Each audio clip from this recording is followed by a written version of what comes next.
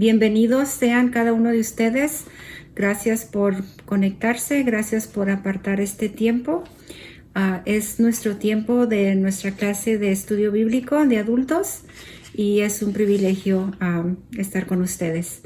Vamos a empezar nuestra lección de esta tarde. Vamos a estar mirando la lección número 29, titulada La unidad cristiana. Pero antes de empezar, vamos a iniciar con una oración. ¿Está bien? Gracias, Padre Santo, Señor amado, por este día que usted nos ha dado, Señor. Gracias por todas las bendiciones, Señor, que recibimos de usted, Padre Santísimo, día con día, Padre Santo. Hasta aquí, Señor, su mano poderosa ha estado con cada uno de nosotros, Señor. Gracias, Padre Santo. En esta hora, Señor, le pedimos que abra nuestro entendimiento, nuestro oído, nuestro corazón para recibir su palabra, Padre Santo, y por medio de ella ser edificados, Señor. En el glorioso nombre de Cristo Jesús se lo pedimos, Padre Santo. Amén. Amén. Ok, otra vez, bienvenidos cada uno de ustedes. Estamos en la lección 29, titulada La unidad cristiana. Vamos a estar hablando hoy sobre la unidad cristiana. El versículo de memorización de esta lección es Filipenses 2:2 y dice de la siguiente manera, espero que se estén memorizando sus versículos bíblicos. Dice: completad mi gozo sintiendo lo mismo, teniendo el mismo amor, unánimes, sintiendo una misma cosa. ¿Qué es el propósito de esta lección? Bueno, el propósito de esta lección es que comprendamos la importancia del servicio en unidad que la iglesia debe dar y formas prácticas de cómo poder lograr esto según el consejo del apóstol Pablo. Entremos a la introducción. La introducción aquí nos habla sobre el lugar de Filipos, ¿ok? Y por qué tan importante era este lugar para Pablo, esta iglesia, porque era tan amada para él. Y cuando terminemos de ver la introducción nos vamos a poder dar cuenta.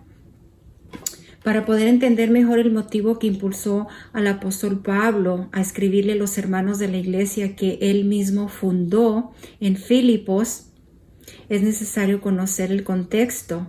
Esta ciudad fue la primera ciudad griega de Macedonia y la primera ciudad europea donde Pablo anunció el evangelio de Cristo y fundó una iglesia. Filipos recibió su nombre de Felipe II de Macedonia, padre de Alejandro Magno, quien conquistó la región en el siglo IV a.C. Esta zona fue muy famosa por la batalla de Filipos en el 42, donde los ejércitos romanos de Antonio y Octaviano derrotaron a las fuerzas de Bruto y Casio. Uno de ellos defendía la República Romana y el otro quería convertirla en el Imperio Romano. Al final venció el imperio y Filipos se convirtió en una colonia romana, la cual llegó a ser poblada en su mayoría por veteranos del ejército romano. Filipos era una ciudad muy importante dentro de su región. En ella se hablaba el latín y su organización social, política y religiosa eran tan similar a la de Roma. Sus habitantes se sentían como viviendo en la misma capital del imperio, de modo que se podría decir que era como una Roma alejada de la capital, al punto que llegó a llamársele Roma en miniatura. De manera que los habitantes de Filipos tenían un alto orgullo cívico y regional. Se jactaban de ser ciudadanos de Roma. Era una colonia romana orgullosa de estar exenta de impuestos. Qué suave. Y andar a la vanguardia de la capital del mundo. Y como todo ser humano, los filipenses batallaban con el orgullo. En Hechos 16, 12 al 14 aquí se relata el nacimiento de la Iglesia de Cristo en Filipos. Fue durante el segundo viaje misionero del apóstol Pablo que Dios le dio una visión de un varón macedonio que le pedía ayuda. Enseguida, Pablo, Silas y Timoteo zarparon rumbo a Filipos. Cuando llegaron ahí, empezaron a anunciar el evangelio y una mujer llamada Lidia se convirtió al Señor.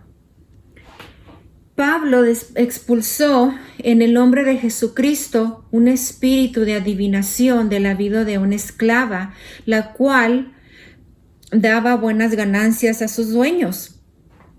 Entonces, estos señores metieron en la cárcel a Pablo y a Silas. Pues le habían quitado el negocio, ¿verdad? Pues se enojaron. Pero dentro de este lugar sucede un gran milagro. El lugar tiembla, todas las puertas se abren, entonces el carcelero encargado se quiere quitar la vida pensando que los presos pues han escapado. Pero Pablo le advierte y le dice, quieto, ninguno ha escapado, aquí estamos todos. ¿Qué haces? ¿Verdad? Este carcelero, viéndose al filo de la muerte, decide entregar su vida a Cristo junto con toda su familia. Y así fue que se dio inicio a esta preciosa iglesia en Filipos. Toda la carta de los filipenses es un mensaje desde el corazón de un pastor a su iglesia amada, de un padre animando y exhortando a sus hijos. Podemos ver el corazón de un siervo maduro que entregó su vida a la predicación del evangelio, lo cual lo llevó a padecer mucho. Mas todo ello nos da un mensaje de fortaleza, de confianza, de ánimo y de gozo a nosotros, la cual es tan necesario hoy en día, ¿verdad? Porque muchas veces nosotros nos podemos sentir frustrados, abrumados, sentimos el peso de estar viviendo en estos tiempos tan difíciles. Los 3 versículos que trataremos a continuación, así como toda la epístola, son un testimonio valioso de cómo el poder del evangelio es capaz de abrirse paso aún en ambientes donde hay tanto orgullo, tanta dureza de corazón como lo hubo en Filipos, y cómo el Señor es capaz de transformar aún el corazón más duro. Qué lindo. Primer punto, unidad por medio del amor. La palabra de Dios dice, completad mi gozo, sintiendo lo mismo, teniendo el mismo amor, unánimes, sintiendo una misma cosa. Filipenses 2:2.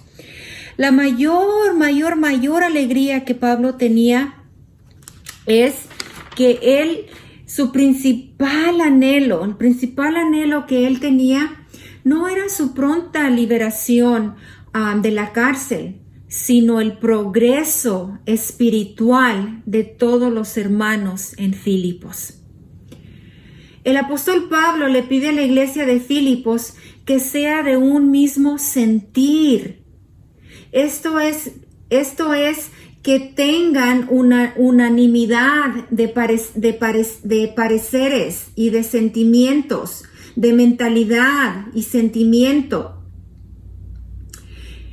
Esto es un mismo objeto de interés, de preocupación amorosa, es decir, unánimes, vibrando juntos al son de unos mismos ideales e impulsados por las mismas motivaciones y con unidad de propósito.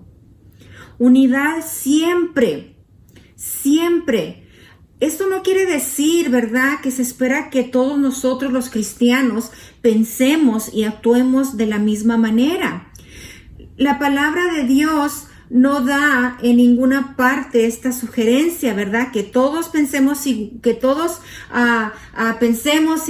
actuemos igual, ¿verdad? Pues si no, Él hubiera creado pues puros robots. Todos somos diferentes.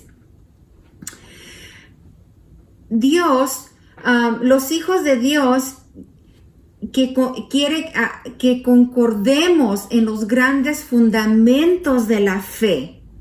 Es evidente que en muchas cuestiones menores habrá muchas diferencias de opiniones. Claro que las habrá.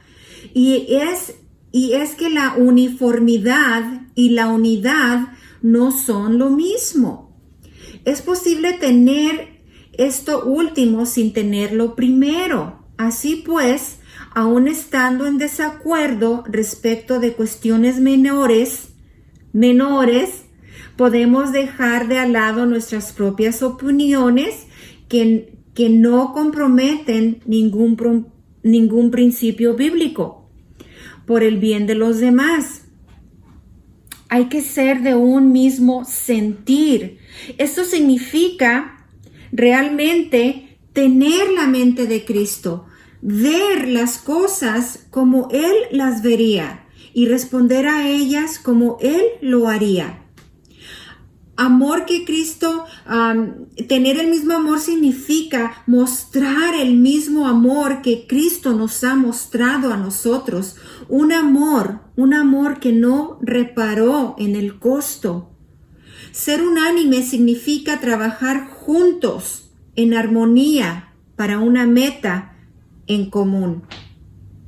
El sentir la unidad hacia un mismo propósito es permitir que la mente de Cristo, la forma de pensar de Él, esté en nosotros. Amén. Unidad por medio de la humildad. Unidad por medio de la humildad. La palabra de Dios nos dice, nada hagáis por contienda o por vanagloria, antes bien con humildad, estimando cada uno a los demás como superiores a él mismo. Observemos que en la primera expresión de este versículo que acabamos de leer, nada hagáis por contienda o por vanagloria, esto hace recordar que el apóstol Pablo ya antes había dicho que algunas personas estaban predicando a Cristo por envidia o por rivalidades. Y podemos afirmar que muchas de las dificultades de la iglesia en general no se deben a diferencias doctrinales, sino que son causadas por pasiones o sentimientos humanos, tales como la envidia o rivalidades. Señor nos guarde de esto, ¿verdad, mis amados? Si siguiéramos a la indicación del apóstol Pablo acerca de actuar sin esa destructiva rivalidad o sin envidia, se resolvería muchos de los problemas entre cristianos. Examinando mis motivaciones, en vista de este principio del apóstol Pablo, diremos que si usted está llevando a cabo alguna actividad en la iglesia a través de conflictos y de enfrentamientos personales, pues mejor no hagamos nada, ¿verdad? Mejor no hagamos nada, si no vamos a estar teniendo esa unanimidad que debemos de tener al hacer las cosas para el Señor. Y entonces nos preguntamos, porque muchas veces las personas quieren ser y hacer las cosas pues para ser vistas, para recibir elogios, para recibir reconocimiento, pero esto no es lo que Pablo le decía a los filipenses, y esto no es lo que Dios quiere para nosotros sus hijos. Todo lo que hagamos debe de hacer por amor a Él, ¿verdad? Amar a los demás porque Él nos amó a nosotros primero, hacer las cosas porque Él ha puesto ese amor en nosotros, no recibir nosotros ningún reconocimiento. Toda honra, toda gloria y toda honra de lo que Él nos permite hacer a nosotros debe ser dada únicamente a Dios, ¿verdad? A Él sea la gloria, a Él sea la honra por el privilegio de lo que Él nos permite hacer. Así es de que el Señor nos ayude siempre que hagamos algo, ¿verdad? Que podamos examinar qué me motiva a hacer tal cosa. ¿Por qué lo hago? ¿Por qué lo estoy haciendo? ¿Porque quiero un elogio? ¿Porque quiero que digan, oh, cómo lo hace o cómo lo hizo? Que ese nunca sea nuestro propósito de hacer las cosas, que nuestro único objetivo siempre sea agradar a nuestro Dios Todopoderoso. Amén. Y luego aconseja aquí Pablo también, ¿verdad? Da un consejo, dice que una alternativa que el apóstol Pablo presenta, dice que se encuentra en la segunda parte del versículo 3. Él le urgió a los filipenses a actuar de esta manera. Dice, antes bien con humildad, estimando cada uno a los demás como superiores a sí mismo, ¿verdad? Y él lo dice, y eso es muy importante a las palabras del apóstol Pablo, ¿verdad? Que seamos humildes, que miremos a los demás como superiores a nosotros mismos, ¿verdad? Que el Señor nos ayude. Así que debemos estimar cada uno a los demás como superiores a nosotros mismos. Por otra parte, debemos reconocer que no podemos resolver estas tendencias, porque a veces hay estas tendencias se pueden dar, ¿verdad? De vanagloria o de orgullo o de protagonismo. Que Dios nos guarde, ¿verdad? Pero siempre, otra vez lo digo, ¿verdad? Hacer todo lo que Él nos permita hacer para honrar y glorificar su santo y precioso nombre y por el amor tan grande que Él derramó sobre nosotros. Y el último punto aquí nos habla de unidad por medio de la compasión. La Biblia dice que no mirando cada uno por lo suyo propio, sino cada cual también por lo de los otros. La autoestima es el reconocimiento real y objetivo que cada persona hace de sí misma. Pero cuando ese reconocimiento se va al extremo, se convierte en orgullo, en arrogancia, en vanidad y un exceso de estimación propia que lleva a las personas a creerse y a sentirse superiores a los demás. El Señor nos guarde. El Señor nos guarde de todo esto. Respecto de esto, lo que dijo el apóstol Pablo fue que no nos consideráramos superiores a nadie, no nos consideráramos superiores a los demás, sino que veamos, miremos y tratemos a todos los que nos rodean como superiores a nosotros mismos. Eso es humildad. Hay que ser humildes. Cediendo mi lugar, ¿verdad? El diccionario define la palabra egoísmo de esta manera. Dice que inmoderado y excesivo amor a sí mismo, que hace atender desmedidamente al propio interés sin cuidarse de los demás. El pensar en nosotros mismos es en nuestros intereses, olvidándonos del bien de los demás, es lo que Pablo dijo que no hiciéramos. El ser humildes, estimando a los demás como superiores y buscando el bienestar de los otros, es un factor indispensable para la vida en comunión, en armonía y en unión. El inigualable amor de Cristo en nosotros nos llevará a tener un mismo sentir. Lo voy a repetir. El inigualable amor de Cristo en nosotros nos llevará a tener un mismo sentir, a estar en santa unidad, a animarnos mutuamente, siempre, a no ser vanagloriosos y estar genuinamente interesados por el bienestar de quienes nos rodean. Para lograr todo ello, para lograr esto, debemos desarrollar una vida de clamor y búsqueda constante de Dios. Y así la iglesia podrá resplandecer la linda, la bella luz de Cristo. Que el Señor nos ayude hermanos, hermanas, usted que está escuchando este estudio. El apóstol Pablo es muy apasionado en las palabras que manda a esta iglesia. Él estando ahí tras rejas, en las condiciones que él estaba, mandar decir estas palabras a su iglesia amada, a los filipenses, a los hermanos, ¿verdad? Qué precioso. Y esa palabra hoy en día es para nosotros también. Es para nosotros. Que el Señor nos ayude, mis hermanos, a que verdaderamente podamos vivir la palabra del Señor. Podamos vivir Filipenses 2:2. Completad mi gozo, sintiendo lo mismo, teniendo el mismo amor, unánimes, sintiendo una misma cosa, estimando a los demás como superiores a nosotros mismos. Que el Señor nos ayude. Amén. Vamos a orar para dar fin a esta lección y espero que haya sido de bendición para su vida y espero que siga meditando en ella y que siga leyendo la epístola de los Filipenses. Es un libro muy cortito, pero muy poderoso, que estoy segura que va a ser de mucha bendición para cada uno de ustedes. Amén. Oremos. Padre eterno, Dios de gloria, de amor, de poder, de gracia, de misericordia. Gracias, Señor.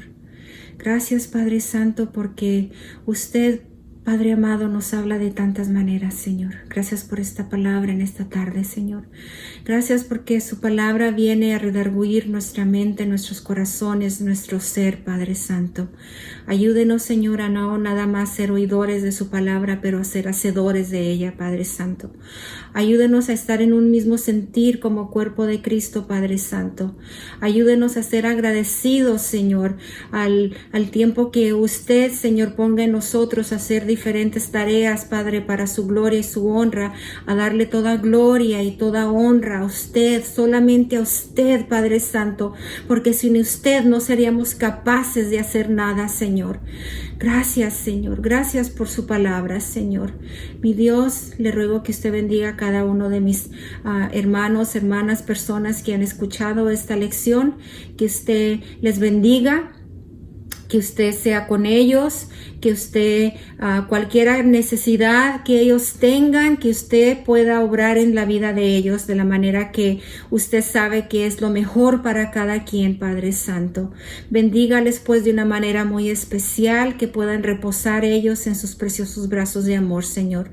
Ayúdenos a finalizar esta semana, Señor, en victoria y haciendo todo lo que usted nos permita hacer, Padre amado, mostrando la luz de Cristo, reflejando que somos hijos genuinos de Cristo Jesús. En el glorioso nombre de Cristo le pedimos todas las cosas, Padre Santo, a quien damos toda gloria y toda honra, hoy y siempre.